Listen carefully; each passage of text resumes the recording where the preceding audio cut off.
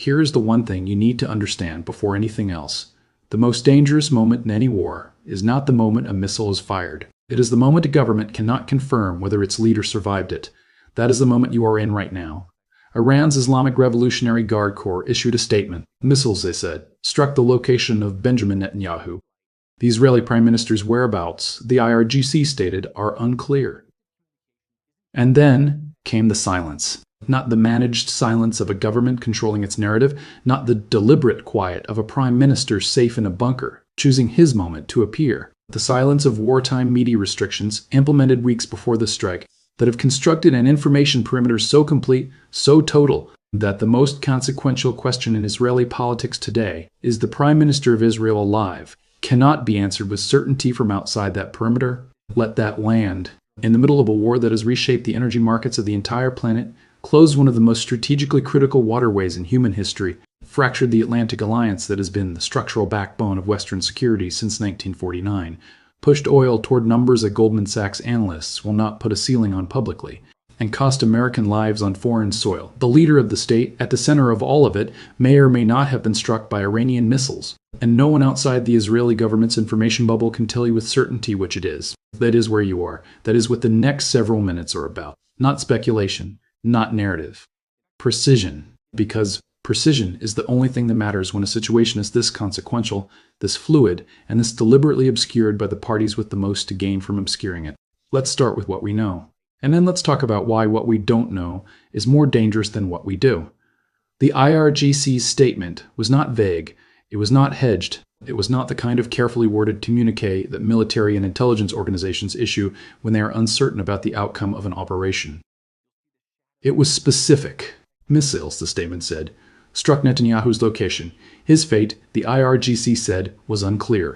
That word, unclear, is doing more strategic work in this conflict right now than any missile in Iran's arsenal. Because unclear is not the same as dead. It is not the same as alive. It is a word that occupies exactly the space Iran needs it to occupy. A word that creates maximum uncertainty, maximum allied anxiety, maximum diplomatic paralysis, without requiring Iran to make a claim that can be definitively disproved. If Netanyahu appears publicly tomorrow, confirmed alive, in command, visibly unharmed, Iran can say the missile struck his location and he escaped. The claim survives. If Netanyahu does not appear, the claim expands to fill the vacuum his absence creates. This is not an accident. This is the architecture of information warfare executed at its highest level, and Iran has been executing it throughout this conflict with a precision that its detractors in Western intelligence communities are no longer in a position to dismiss. Look at the operational record. Every major strike claim the IRGC has made in this conflict. The oil infrastructure at Ras Tanura, the Jufair Naval Base, the American THAAD radar positions, the Hyatt Hotel in Manama, the forward operating bases in Kuwait, in Iraq, and Jordan. Those claims were confirmed. Not immediately, not without the usual delay of governments managing what they acknowledge and when they acknowledge it. But confirm. The IRGC's strike claims in this conflict carry a confirmation rate that is historically unprecedented relative to their prior record. That is the baseline against which this claim about Netanyahu's location lands. When an organization has been right about strikes this many times in a row, the claim that it has struck the Prime Minister of Israel does not get dismissed. It gets treated as the possibility it is, and every Allied intelligence service, every CIA station chief, every Mossad liaison, every GCHQ analyst, every B&D officer is spending their morning trying to answer the question that Israel's wartime media restrictions are preventing the rest of the world from answering cleanly. Where is Netanyahu? Now understand the specific structure of what Israel has done with information since February 28th, because this matters more than almost anything else in understanding why the silence around Netanyahu's status is so consequential. Israel implemented sweeping wartime media restrictions. Those restrictions are not merely censorship of sensitive military information, targeting coordinates, troop movements, operational timelines. They're a comprehensive information blackout that covers leadership status, damage assessments, and anything that could be characterized as affecting Israeli national morale or strategic posture. Under those restrictions, the Israeli government is not required to confirm or deny damage to government facilities. It is not required to produce real-time evidence of leadership continuity. It can operate in a mode of deliberate informational opacity that, in ordinary peacetime, would be constitutionally impossible in a democratic state, but is operationally rational under wartime legal frameworks. What this means in practice is this. There is government machinery functioning. There are statements attributed to Israeli officials. There are decisions being made, communicated, acted upon. There is no clean, unambiguous, time-stamped public appearance by Benjamin Netanyahu that postdates the IRGC's claim and closes the question of his status with the finality that the question demands. Not a video, not a press conference, not a single frame of unambiguous, verified, this is now footage of the Prime Minister of Israel alive and in command of the state at war. In the information environment that exists in 2026, the absence of that footage is itself data. It is not proof of incapacitation. It is not confirmation of anything the IRGC claimed. But it is the specific kind of absence that, when it persists across hours and days in the middle of a conflict this significant, tells every intelligence service watching that something is being managed. The question is what? Here is what Iran's targeting of Netanyahu's office means, regardless of outcome. Regardless of whether the Prime Minister is safe, injured, or worse. Regardless of what Israeli confirmation eventually looks like and when it arrives. The targeting of a head of government's office in an active armed conflict is not a tactical event. It is a political act executed with military means. It is Iran telling Israel, telling the United States, telling every government with equity in this conflict's outcome that the calculus has changed. Before March 9th, there was an implicit architecture in this conflict. As there has been in most modern conflicts between states that said heads of government occupied a different category, that the authorization of military action did not make the authorizer a legitimate military target in the reciprocal sense, that the strike could go upward in operational scale without crossing the threshold that would make political leadership physically endangered. That architecture is gone. Iran has targeted the office of the man who authorized the strikes on its nuclear facilities, the man whose political survival has been the animating logic of Israeli military strategy since before this conflict began. The man who is, in every meaningful sense, the reason the conflict has the shape it has. And Iran has done it not with symbolic fire, not with a strike designed to demonstrate capability without producing consequences, but with enough operational seriousness that its own communications apparatus is prepared to claim his fate as unclear. The message does not require a confirmed kill to land with full force. The message is, we know where you are. We can reach you. The security perimeter you operate within is no longer the guarantee it was. Every B-2 strike authorized every decision to extend the air campaign, every refusal to accept a negotiated pause.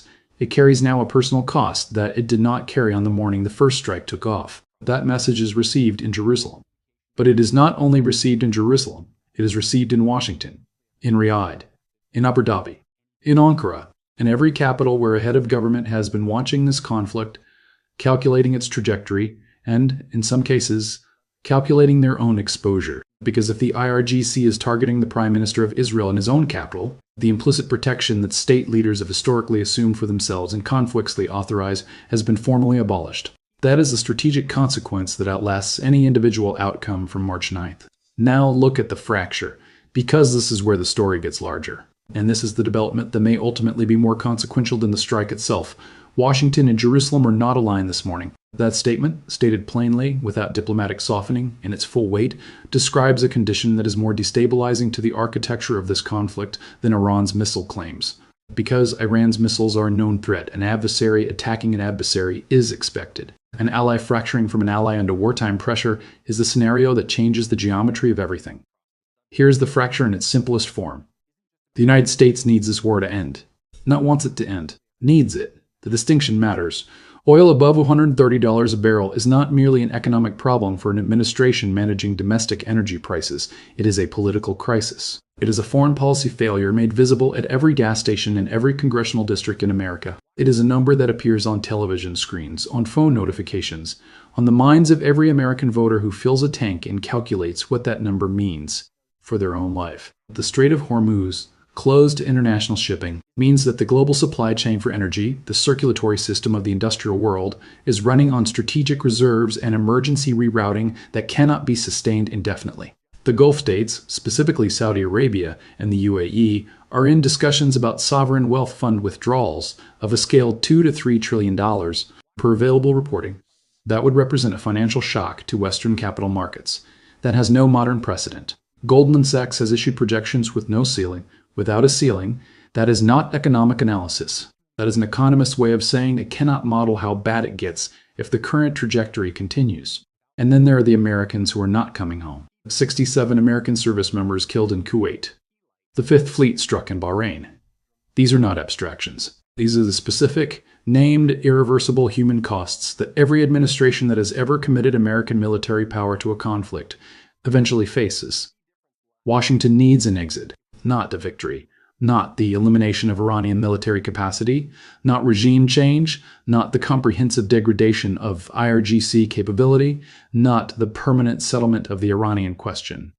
An exit, a path to a negotiated outcome that allows oil prices to come down, that allows the Strait of Hormuz to reopen, that allows the Gulf states to pause the sovereign wealth fund withdrawal discussions, that allows the American military posture in the region to return to something that resembles what it was before the first B-2 took off. Jerusalem has a different analysis. Israel's strategic theory of this conflict, the theory that has driven its operational planning, its lobbying of Washington for strike authorization, its resistance to every pause proposal, is that this moment is unrepeatable, that the American strikes on Iranian nuclear facilities opened a window of Iranian degradation, of air defense suppression, of American military presence in the theater, of operational conditions that do not exist in the ordinary state of the world and will not exist again once this conflict ends. And that window must be used, not for a partial outcome, not for a ceasefire that leaves the IRGC intact, that leaves Iranian ballistic missile production continuing, that leaves Iran with the residual capability to reconstitute its nuclear program in 18 months and its full strike capability in 36. Israel's position is that the opportunity must be extended into a comprehensive degradation of Iranian military power. Strike the oil infrastructure, the Karg Island export terminal, the Abadan refinery, the South Pars gas field, the physical architecture of Iranian oil revenue, that funds the IRGC, that funds the missile program, that funds Hezbollah and Hamas and the Houthi operation in the Red Sea. Starve the funding and the capability permanently, because the alternative, a negotiated pause that leaves Iran functionally intact, is not an end to this conflict. It is a pause in this conflict. And Israel has been living in the pauses of this conflict for decades. Washington said no. Washington said no because striking Iranian oil infrastructure does the one thing the American exit strategy cannot survive. It extends the supply shock. Iranian oil, approximately 1.5 million barrels per day, already partially sanctioned but still flowing through Chinese purchases, leaves the global market entirely. The supply shortfall that is already pushing Goldman Sachs to decline to publish a ceiling gets larger, not marginally larger, structurally larger. $100 is not the base case in that scenario. It is the floor. And when $150 is the floor, the political cost of the conflict in the United States transcends whatever strategic argument can be made for completing it. Jerusalem said, "We did not start this war to leave Iran capable of doing it again." Washington said, "We cannot pay the price of finishing it the way you want to finish it." That is the fracture, stated cleanly, without euphemism. The cancellation of Steve Witkoff and Jared Kushner's planned trip to Israel is the diplomatic punctuation mark on that fracture. And you need to understand what that cancellation means in its full context. Witkoff is Donald Trump's personal envoy, not a career diplomat, not a State Department professional who is assigned this portfolio through institutional process, a personal envoy chosen because of personal proximity to the president, deployed because the administration wanted someone in the room in Jerusalem who spoke with the president's voice rather than the bureaucracies. Kushner's family. He is the son-in-law of the president. These two men represent the closest personal connection that the Trump administration has to the diplomatic architecture of this conflict. Their trip was planned. It was not a preliminary discussion. It was a planned visit, and it was canceled. The cancellation of a planned diplomatic trip at this moment is not a scheduling conflict. Scheduling conflicts do not happen when the prime minister of an allied country may have been struck by Iranian missiles, and the two governments are publicly at odds over the direction of the war. Scheduling conflicts do not happen when oil is above $130. The strait is closed, and Goldman Sachs cannot give you a ceiling. The cancellation is Washington telling Jerusalem, through the specific language of absent envoys, that the relationship is under sufficient strain that managing it in person is not currently viable. Read that again. Managing the U.S.-Israel relationship in person is not currently viable. The most durable, most institutionally embedded, most publicly proclaimed bilateral relationship in American foreign policy. The relationship that has survived decades of friction over settlements, over Iran negotiations, over the shape of peace processes, over every point of disagreement that has periodically strained it, is at a place today where the two people closest to Trump in the diplomatic architecture of this conflict have been stood down from. A planned visit. Iran is watching this. Iran has always been watching this. But today, Iran is watching it with a particular quality of attention, because the fracture it is observing is not rhetorical. It is operational. It is expressed in canceled flights, and absent envoys, and publicly divergent statements about strike objectives, and a silence from the Israeli government about its prime minister status that fills the space where allied reassurance should be. Now understand the architecture of what Iran has constructed, because this is not a series of separate events. This is a designed outcome. The IRGC's claim about Netanyahu's location was not issued in isolation.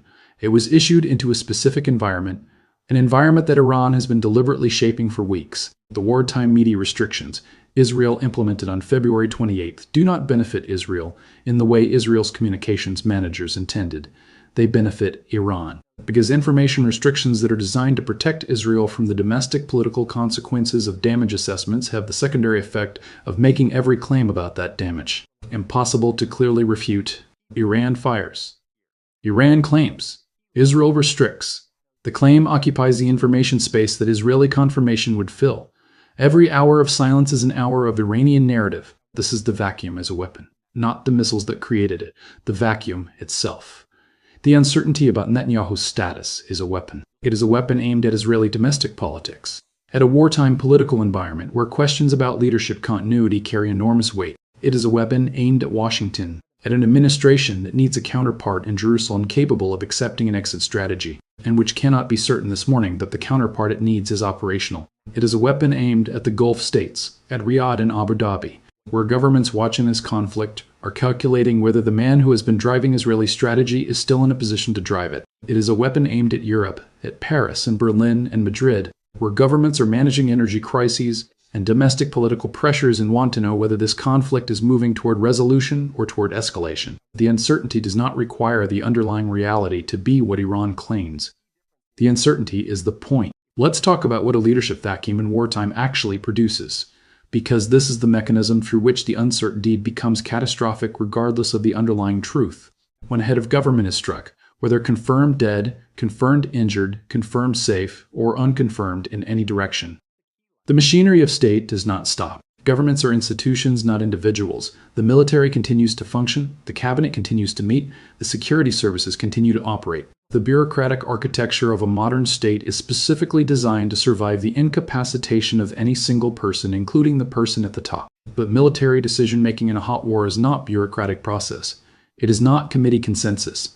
It is not the kind of deliberative institutional process that functions on weekly timelines and tolerates procedural delay. It is the specific, immediate, authorized decision-making that happens when a strike window opens, when a target presents, when an escalation threshold is crossed, when Washington calls and needs an answer now. That kind of decision-making requires a principle. It requires a person. And when that person's status is unclear, when the allies on the other end of the phone cannot confirm with certainty that the voice they are hearing represents the authorized decision-maker of the Israeli government, every decision that requires that certainty becomes contested. Washington needs to negotiate an exit. To negotiate an exit, it needs a counterpart in Jerusalem who has the authority, the political standing, and the operational mandate to accept the terms of an exit. If Netanyahu's status is genuinely unclear, if Israeli leadership is in transition under wartime conditions, Washington's negotiating counterpart is uncertain, and uncertain counterparts cannot close deals. They cannot accept terms. They cannot authorize the specific concessions that a negotiated pause requires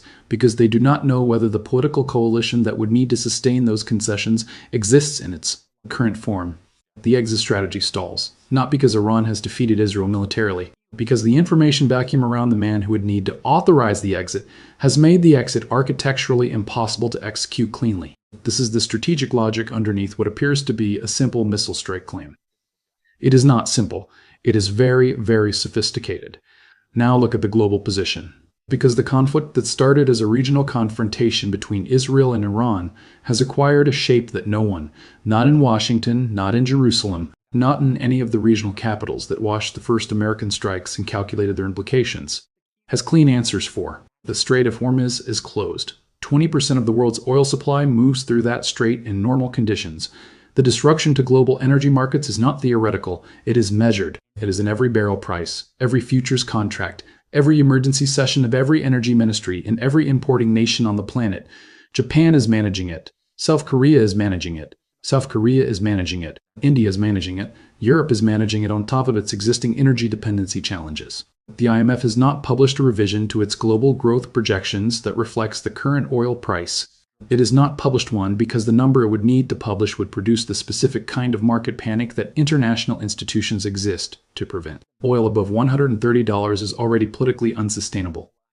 The Goldman Sachs projections, the ones without a ceiling, reflect a scenario where the current trajectory continues without resolution. If Iranian oil infrastructure is struck, the scenario changes from unsustainable to something that the financial modeling community is not currently prepared to publish. NATO has fractured over this conflict in ways that the alliance has not experienced since the Iraq War, and arguably in ways that are more structurally serious. France and Spain's public divergence from American and British positioning on strike authorization, on the legal framework of the conflict, on the question of civilian infrastructure targeting, represents not merely a foreign policy disagreement. It represents the specific kind of public, documented allied fracture that adversarial states, Russia, China, Iran, observe and incorporate into their own strategic calculations. If the Western alliance cannot maintain visible unity on a conflict of this scale, the deterrent value of that alliance is diminished, not eliminated, diminished. But deterrence is a mathematical calculation, and the math is different this morning than it was before France and Spain broke publicly with Washington. Russia is watching. China is watching. Both of them are watching an American military that has committed significant assets to this theater, that has taken losses, that is publicly seeking an exit, and that cannot currently confirm the status of the Allied Prime Minister it went to war alongside. Both of them are incorporating what they see into calculations about their own situations. That is how great power competition works. Every moment of American overextension, every visible fracture in American alliances, every public signal of exit strategy rather than victory strategy, it is data. It feeds into decisions that are made in Moscow and Beijing on timelines that are not visible from Washington or Jerusalem. Here's the critical question that nobody in the public information environment can currently answer. If Netanyahu is confirmed safe, what happens next? What happens next is that Israel is still in a war it wants to extend into a comprehensive degradation of Iranian military power, and the United States is still in a war it needs to end. The fundamental strategic divergence does not disappear because the Prime Minister is alive. The oil is still above $130. The strait is still closed. The Goldman Sachs projections still have no ceiling. The 67 Americans are still dead.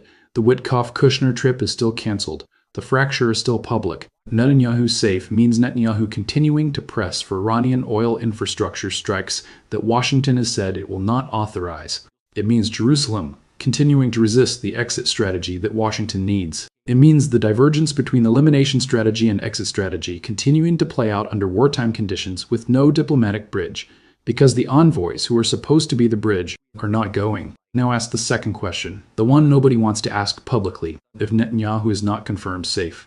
If the wartime media restrictions are concealing damage that is more than symbolic, if Israeli leadership is in transition under conditions that have not been publicly acknowledged. What happens then? Israeli political succession is not a simple process under any circumstances. Under wartime conditions, with a coalition government, with the specific legal and constitutional frameworks that govern Israeli political transitions, it is a process that could take days or weeks to produce a government with the authority, the political standing, and the coalition support to make the decisions that the next phase of this conflict requires. Days or weeks of uncertain Israeli leadership.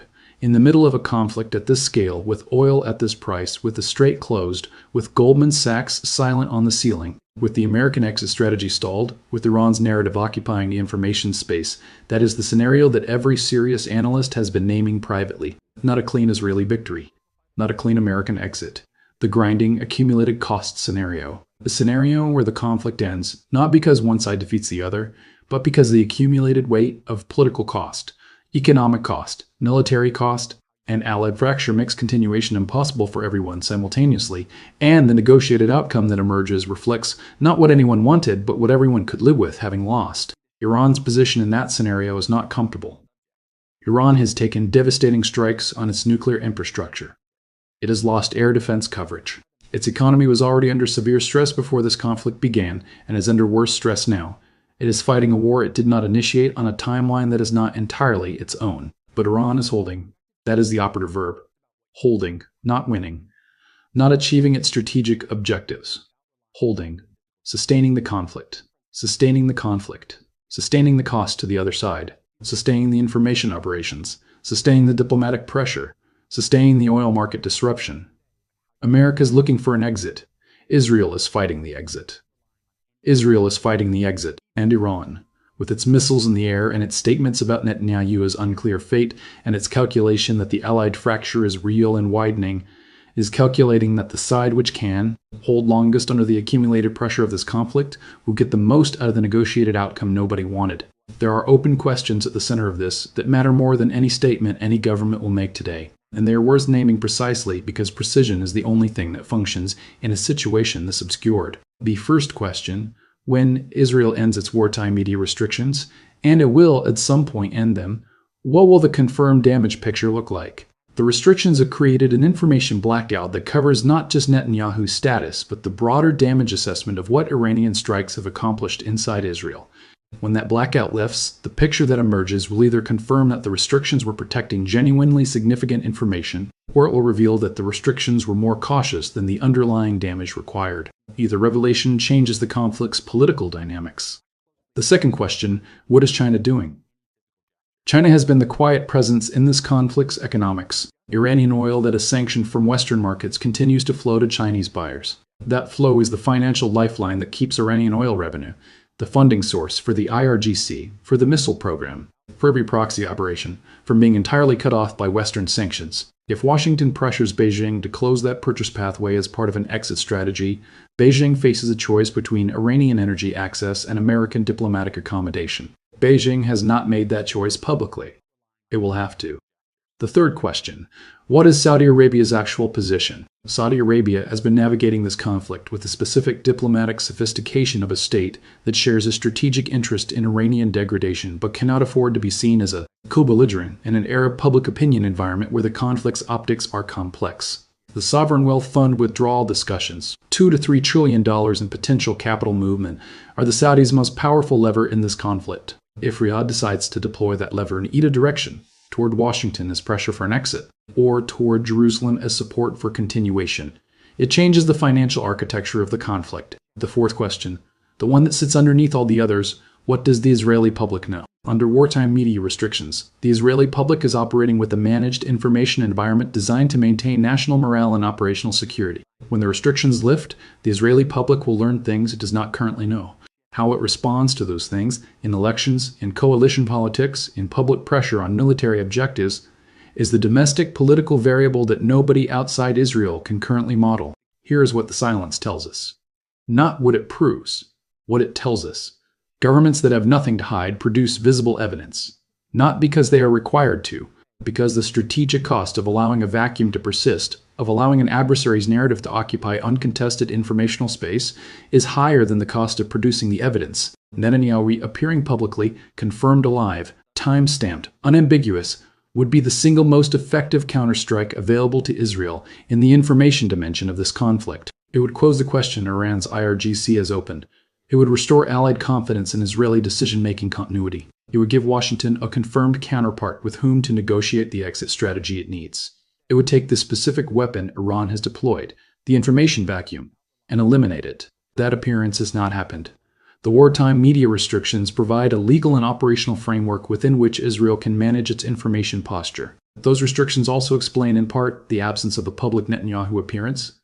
They may be the entire explanation. It is operationally rational under those restrictions to avoid producing public footage of the Prime Minister that could provide intelligence value to an adversary calculating whether a second strike is worthwhile. But the suffering has persists. And every hour it persists is an hour in which Iran's claim occupies the space Israeli confirmation would fill. Every hour in which Washington cannot get the counterpart it needs to move toward an exit. Every hour in which the Witkoff-Kushner cancellation sits unexplained and the fracture remains public and the oil stays above $130 and the Goldman Sachs analysts do not publish the ceiling they cannot responsibly publish. Every hour is an hour in which the question that sits at the center of this conflict, the question that the most sophisticated information operation Iran has ever executed, has placed there, deliberately, goes unanswered. Where is Netanyahu? Now understand the position you are in as a person watching this from outside the information perimeter. You are watching a conflict that is operating simultaneously on 4 levels that are all affecting each other in real time. There's the military level, strike and counterstrike, air defense and missile, operational planning and targeting decisions, the physical kinetics of the war. There is the economic level, oil price, Strait of Hormuz, sovereign wealth fund discussions. Goldman Sachs projections without ceilings, the financial architecture of a global economy absorbing a supply shock it did not plan for. There is the diplomatic level. The US-Israel fracture, the NATO division between France and Spain and the Anglo-American axis, the Witkoff-Kushner cancellation, China's posture, Saudi Arabia's lever, the exit strategy versus elimination strategy, divergence that has no current bridge, and there is the information level, wartime media restrictions, IRGC claims, the absence of time-stamped Netanyahu appearances, the vacuum that Iran's statement created and that Israel's silence has allowed to persist, the specific architecture of strategic ambiguity that is being deployed as a weapon more effective in this moment than additional missiles. You cannot understand any one of these levels without understanding all four. You cannot track the military situation without understanding the diplomatic fracture that is shaping strike authorization. You cannot understand the diplomatic fracture without understanding the economic pressure that is driving the American exit strategy. You cannot understand the economic pressure without understanding the information operation that is amplifying every uncertainty and widening every fracture. This is a systems conflict, and at the center of a system, the node around which every other variable currently pivots, is the unanswered question. The world is waiting. Allied capitals are waiting for the phone call that confirms the Israeli decision maker they need is operational. Financial markets are waiting for the signal that tells them whether the supply shock gets worse or better. Washington is waiting for the counterpart that would allow an exit strategy to advance. Iran is waiting to see whether the vacuum it created holds or whether Israel closes it. Netanyahu's office has been struck, or a location described as Netanyahu's office has been struck. His fate, the IRGC says, is unclear. Israel has not confirmed. Israel has not denied. Israel's wartime media restrictions provide the legal framework for the silence. Iran's information operation provides the strategic purpose for exploiting it. The fracture between Washington and Jerusalem is public. The envoys are not going. The oil is above $130. The strait is closed. The Goldman Sachs analysts are quiet about the ceiling. 67 Americans are not coming home. The Fifth Fleet has been struck. NATO is split. And somewhere underneath the wartime media restrictions and the IRGC statements and the canceled diplomatic trips and the Goldman Sachs silence and the sovereign wealth fund discussions and the closed strait and the oil above $130. And the fracture that is visible from space, somewhere underneath all of it, is the answer to the question that every intelligence service on the planet is spending its morning trying to answer. Where is Netanyahu? The silence has not answered it. The world is still waiting. And what happens next? Whether it is confirmation that closes the vacuum or continued silence that deepens it, whether it is an exit strategy advanced by a counterpart who can authorize it, or a leadership transition that makes any exit strategy impossible to execute cleanly for weeks. What happens next is the shape of how this conflict ends. Not how one side defeats the other, how the accumulated weight of cost and fracture and uncertainty and oil and closed straits and canceled envoys and unanswered questions forces the negotiated outcome that nobody wanted and that the side which held longest will get the most out of. Iran is holding, America is looking for an exit. Israel is fighting the exit. Netanyahu's office has been struck, and the question that determines everything, the question that sits at the center of the military situation, the economic situation, the diplomatic situation, and the information situation simultaneously remains, right now, unanswered. Where is Netanyahu? That question is not a detail. That question is the war.